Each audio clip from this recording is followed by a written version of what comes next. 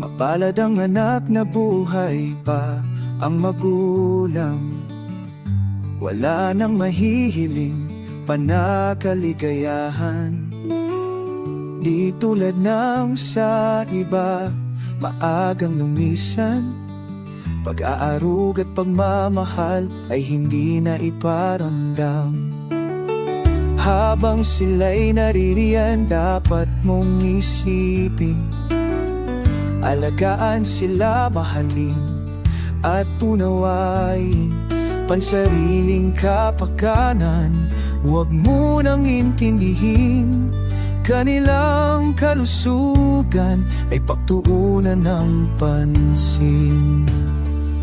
Hindi magtatagal, mundo'y kanilang lilisanin. Mas gugustuhin mo pang ito ay hintayin. Kung sila ay nariyan pa at iyong kapiling, gawin mo na ngayon, hindi bukas. Sila'y pasayahin. Ibalik mo ang pag-aalaga noong ika'y ay bata pa. Dahil yan ang inihintay nila, pag-aharuga. Kung ano raw ang buhay na narating natin ngayon, kung hindi man umasenso, idala ng pagkakataon. Kung sila ay pagkukulang, sisi ay huwag ituon. Pag kung sila ay unawain, dahil di nila ginusto yun. Dapat din isipin nung sila ay malakas pa. Kaputing daing mo lang ay tinulungan ka. At sa pag-aaral ay itinaguyod ka nila. Hindi ka man nakatapos, nasa iyo na ang problema.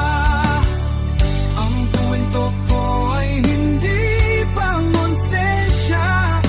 Ito ay nangyayari sa maraming pamilya.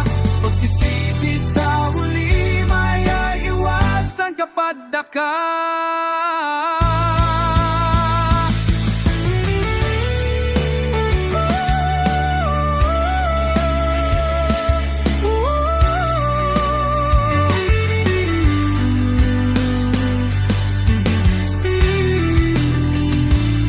Hindi magtatagal, mundo'y kanilang lilisanin.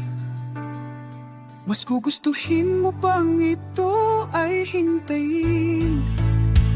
Kung sila ay nariyan pa at iyong kapiling, gawin mo na ngayon, hindi bukas.